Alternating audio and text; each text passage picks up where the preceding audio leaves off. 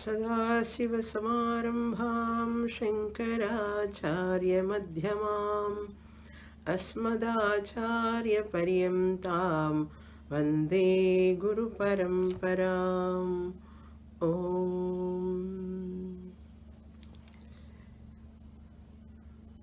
మనం ఆరాధించే పూజించే భగవంతుని నిలయాలైన మన దేవాలయాలు ఎంతో మహోన్నతమైనటువంటి మన సనాతన వైదిక సంస్కృతిని చాటి చెప్తున్నాయి. దేవాలయాలు మన హిందూ ధర్మానికి కేంద్ర బిందువులు. అటువంటి దేవాలయాలను ఎందరో రాజులు వారి భక్తి శ్రద్ధలతో కష్టపడి ఎంతో శిల్పకళతో వాటిని కట్టించారు.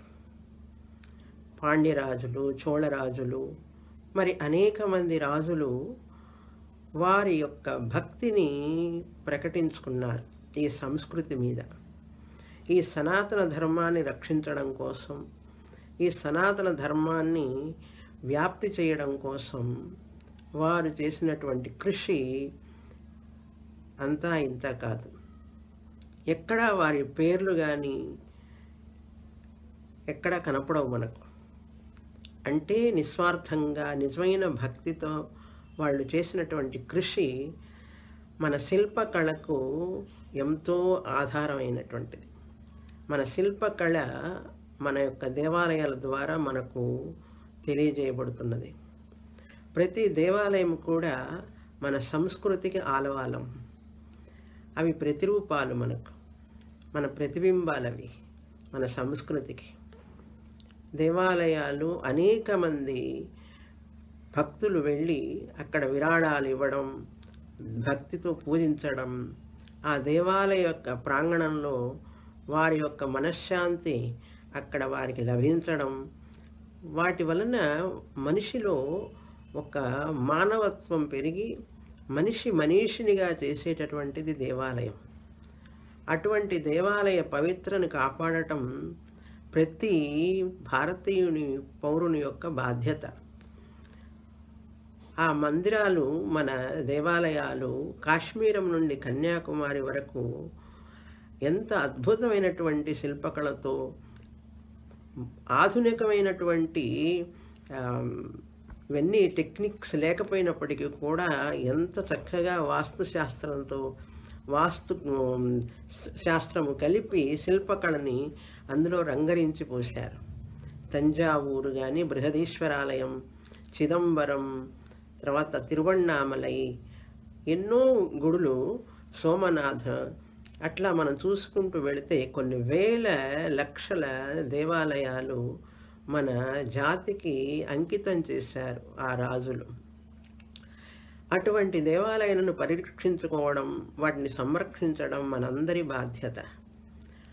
ఆ దేవాలయాల మీద వచ్చేటటువంటి ఆదాయము కానీ, వాటి యొక్క పరిరక్షణ కానీ అంతా కూడా హిందూ ధర్మాచార్యుల చేతిలోనే ఉండాలి, వారి పరిరక్షణలో ఉండాలి. ప్రభుత్వము, దేవాదాయ శాఖ, వీరందరూ కూడా ధర్మాచార్యులకు వారికి సహకరిస్తూ ఈ యొక్క వచ్చినటువంటి దేవాలయం మీద వచ్చినటువంటి ఆదాయం ఏదైతే ఉందో దాన్ని సనాతన ధర్మ వ్యాప్తి కోసం, సనాతన ధర్మ పరిరక్షణ కోసం ఉపయోగించాలే కానీ వాటిని మరి ఏ విధంగా కూడా సనాతన ధర్మానికి వ్యతిరేకమైనటువంటి కార్యకలాపాలకు ఉపయోగించడం చాలా శోచనీయం. కనుక దేవాలయాలను పరిరక్షించే వ్యక్తి, చూసేటటువంటి ప్రతి వ్యక్తి కూడా ఈ సనాతన ధర్మం మీద ఎంతో భక్తి శ్రద్ధలు కలిగి ఉన్నవాడై ఉండాలి, ఆచరించేవాడై ఉండాలి. అటువంటి హిందూ జాతిలో ఇటువంటి దేవాలయాలు అనేటువంటివి ప్రపంచంలోనే ఎంతో విఖ్యాతి చెందినవి. మన దేవాలయాలు చూడడం కోసమే ప్రపంచం నుంచి ఎక్కడెక్కడ నలుమూలల నుంచి జనం వచ్చి వీటి అద్భుత శిల్పకళని చూసి అబ్బురపడుతుంటారు. మనం ఆ దేవాలయాన్ని ఇప్పుడు కట్టలేం. వాటిని రక్షించుకోవడం కూడా చేయలేకపోతే ఎలా మనం? అజంతా, ఎల్లోరా అనేకమైనటువంటి కొండలను తవ్వి మరీ దేవాలయాలు కట్టారు. కొండల లోపల్లోకి వెళ్ళి దేవాలయాలను కట్టారు. ఎంతటి అద్భుతంగా ఈ శిల్పకళను మనకు అందించారు మన వాళ్ళు. కనుక 64 కళలు పోషించేది దేవాలయం. దేవాలయ ప్రాంగణంలో మన వేదాలు, వేద వాంగ్మయము, సంగీతము, నృత్యము, ఇవన్నీ కూడా అన్ని కళలకి కూడా ఆలవాలం దేవాలయం. కనుక మనం ప్రతి ఒక్కరము కూడా మన దేవాలయాన్ని మనం రక్షించుకోకపోతే ఎవరు రక్షిస్తారు? కనుక ఈ దేవాలయాలన్నీ కూడా మనం పరిరక్షించుకోవడం, సంరక్షించుకోవడం, అంతేకాకుండా ఆ దేవాలయాలని ఎటువంటి ప్రభుత్వ అధికారము వాటి మీద చలామణి కాకుండా చూసుకోవాలి. రాజకీయాలు, ప్రభుత్వాలు వస్తూ ఉంటాయి, పోతూ ఉంటాయి, మనుషులు మారుతూ ఉంటారు. కానీ ఈ ధర్మాన్ని నడిపే ధర్మాచార్యులు, మహాత్ములు, ఆచార్యులందరూ కూడా, పీఠాధిపతులు, పెద్ద పెద్ద ప్రచారకులు, వీరందరూ కూడా ఈ యొక్క ధర్మాన్ని రక్షించే వారందరూ కూడా అందులో భాగస్వాములై వాటిని పరిరక్షించే బాధ్యతను వారికి ఇవ్వాలి, వారే చూసుకోవాలి అనేటటువంటి నిర్ణయం ఎవరు నిర్ణయిస్తారు? హిందువులే నిర్ణయించాలి. సనాతన ధర్మాన్ని, హిందూ ధర్మాన్ని పాటించే హిందువులే నిర్ణయించాలి, కానీ మరి ఏ ప్రభుత్వాలు నిర్ణయించకూడదు. అలా నిర్ణయించినప్పుడు ఏమవుతుందంటే మన దేవాలయాలకి వాటి పరిరక్షణ సరిగా జరగకపోవడం, ఆ వచ్చే ఆదాయాన్ని దుర్వినియోగం చేయడం అన్నీ మనం చూస్తున్నాం. ఇప్పుడు దేవాలయాలను జీర్ణావస్థలో ఉన్న దేవాలయాలు ఉన్నాయి, వాటిని మనం సంరక్షించుకోలేకపోతున్నాం.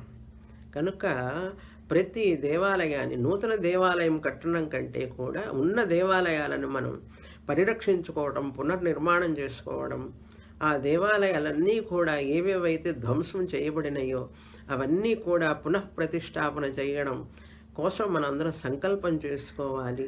ప్రతిరోజు మన ఆ సనాతన ధర్మానికి నిలయమైనటువంటి ఆ ఆలయాన్ని, ప్రతి ఆలయం, ప్రతి చోట మనం దర్శించడం, దాన్ని రక్షించడం, దాన్ని సంరక్షించడం మనందరి బాధ్యత అని మనందరం గ్రహిస్తే సనాతన ధర్మం పరిరక్షింపబడుతుంది.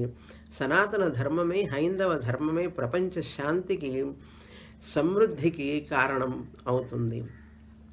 సనాతన ధర్మం, వైదిక ధర్మమే ప్రపంచ దేశాలన్నిటికీ కూడా శాంతి, సౌభ్రాతృత్వాలను నిలిపేటటువంటి, ఇచ్చేటటువంటి ఈ ధర్మము సనాతన ధర్మం. కనుక హిందువులమైనటువంటి ప్రతి ఒక్కరూ కూడా మనం ఈ యొక్క ధర్మాన్ని రక్షించడంలో భాగస్వాములం కావాలి. హరి ఓం తత్సత్.